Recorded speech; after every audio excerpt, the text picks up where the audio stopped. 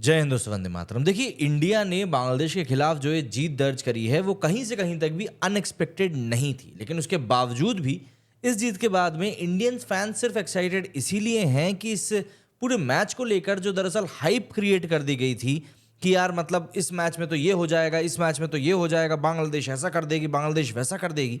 उस चक्कर में दरअसल ये पूरा का पूरा जो एक कार्यक्रम था कुछ ज़्यादा ही ऊपर उठ गया। उसके ऊपर बात करेंगे, लेकिन उससे पहले मुझे ना यार जरा वो जियो स्टूडियो का जो पूरा ऐड आया है ना, उसके बारे में मुझको ज़रा बात करनी पड़ेगी। दरअसल आप सभी ने वो वाला ऐड देखा ही होगा कि उस ऐड में कैसे कुछ लोगों को दिखाया गया है कि भाई वो बात करते हैं कि यार देखो बांग्लादेश ने हमको यहाँ पर आकर हरा दिया, लेकिन हम चाहते हैं कि आप लोग बांग्लादेश को हराओ, उनने हमारी ऐसी की तैसी कर दी, लेकिन आप उनकी ऐसी की तैसी करो।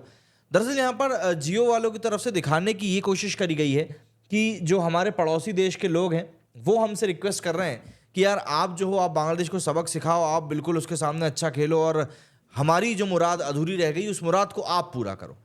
यार वो ऐड एक्चुअली ना देखने में जितना कम क्रिएटिव लग रहा है ना, उससे भी कहीं ज़्यादा वो ना देखने में क्रिंज लग रहा है।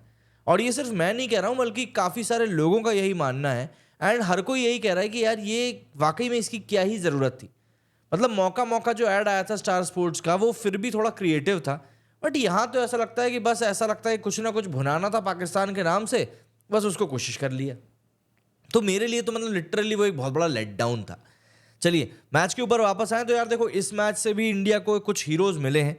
पिछले कुछ समय में देखा है हम लोगों ने कि इंडियन क्रिकेट टीम जब भी किसी के भी खिलाफ मैच खेलती है और टॉप ऑर्डर अगर फेल होता है तो कोई ना कोई हाथ ऊपर करके ज़रूर बोलता है कि यार आज का मैच में मैं दिखता हूँ। इस मैच में जहाँ फर्स्ट इनिंग में रविंद्र जडेजा और आर अश्विन ने अपनी ताकत दिखाई, वहीं सेकेंड इनिंग में फिर पंत और गिल ने सेंचुरी जमाई। और बॉलिंग डिपार्टमेंट की बात करें तो बुमराह, अश्विन, जडेजा, मतलब बहुत शानदार तरीके से इन लोगों ने अपोजिशन को बताया कि भाई ये बॉलिंग अटैक क्यों दुनिया का सबसे खतरनाक बॉलिंग अटैक माना जाता है। इसके अलावा सिराज ने भी विकेट निकाले, शानदार बॉलिंग करी, आकाशदीप ने डेब्यू के ऊपर इंप्रेस किया। तो हर एक बॉलर ने यहाँ पर अपना अपना कॉन्ट्रीब्यूशन दिया था। तो हम ये नहीं कह सकते कि यार टीम इंडिया कहीं से कहीं तक भी किसी भी पॉइंट ऑफ टाइम पर वीक पड़ी। अब देखिए क्या होता है, जब भी आप किसी टीम को लेकर बात करते हैं तो उनके सपोर्टर्स जो होते हैं वो बहुत ज़्यादा इमोशनल होते हैं। अब ऐसी बांग्लादेश के सपोर्टर्स की अगर हम लोग बात करें तो यार इन लोगों ने भी ना मतलब घटियापंथी की ना बात करना छोड़ी नहीं। जिस तरीके की बातें सोशल मीडिया पर हुई उसके बाद ऑब्वियस सी बात है कि अब इंडिया वालों की बारी है तो आपका मजाक तो उड़ेगा ही उड़ेगा। तो सोशल मीडिया की तरफ ज़रा चलते हैं और देखते हैं कि कैसे क्या मीम्स इस पूरे मैच को लेकर वायरल हो रहे हैं, जिससे कि आपको भी समझ में आए। अब जैसे कि यहाँ पर आप देखिए, ये ऋषि सिंह ने यहाँ पर ट्वीट करते हुए लिखा है कि Ashwin scoring century and taking 5 wickets all in same match.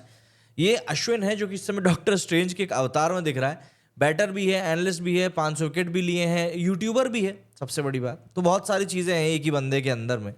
And इसी को तो मल्टी टैलेंट कहा जाता है। पिक्चर 1 में आप देखिए how Bangladeshi see their team before their match and what really happened after the match. यही होता है जब आप एक्चुअली में बड़बोलापन अपना कर देते हो ना, तब अश्विन अन्ना सुप्रीमेसी कुछ इसी तरीके से परेशान किया भाई। मतलब बॉलर के तौर पर अश्विन ने जिस तरीके से इन लोगों को छकाया, फिर बैट्समैन के तौर पर जिस तरीके से इन लोगों को छक्के मारे, वो देखना वाकई में बहुत ज़्यादा सूदिंग था।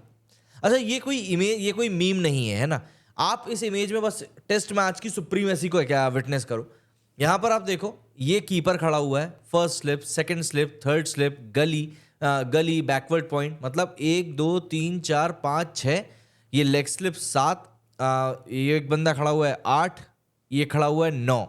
तो 9 प्लेयर तो यही खड़े हुए हैं। एक प्लेयर ऑब्वियस सी बात है बॉलिंग कर रहा होगा 10। सिर्फ एक प्लेयर को इन लोगों ने कवर्स में डीप में खड़ा करके रखा था, जो कि 11वां खिलाड़ी था। और उसको भी वहां खड़ा करने का मोटिव ये रहता है कि अगर बल्लेबाज ड्राइव करने के लिए जाएगा तो एक स्लिप में एज जाने की पूरी पूरी पॉसिबिलिटी रहती है। और टेस्ट मैच की यही ब्यूटी रहती है। अगर आपको टेस्ट मैच एंजॉय करना है तो आपको ये सब चीज़ें समझ में आनी चाहिए। आर अश्विन को देखो भाई, यहाँ पे फर्स्ट इनिंग में बैट से दम दिखा दिया, सेकंड इनिंग में बॉल से दम दिखा दिया। बांग्लादेश, ये देखो अब इस तरह के ये लोग टेम्पलेट्स बना बनाकर एआई से वायरल कर रहे थे कि देखो बांग्लादेश जो है इंडियन टीम के ऊपर कुछ इस तरीके से हावी होने वाला है। और अब क्या हुआ आखिरी में भाई, समझ के देखो अब आप क्या कर लिया आपने।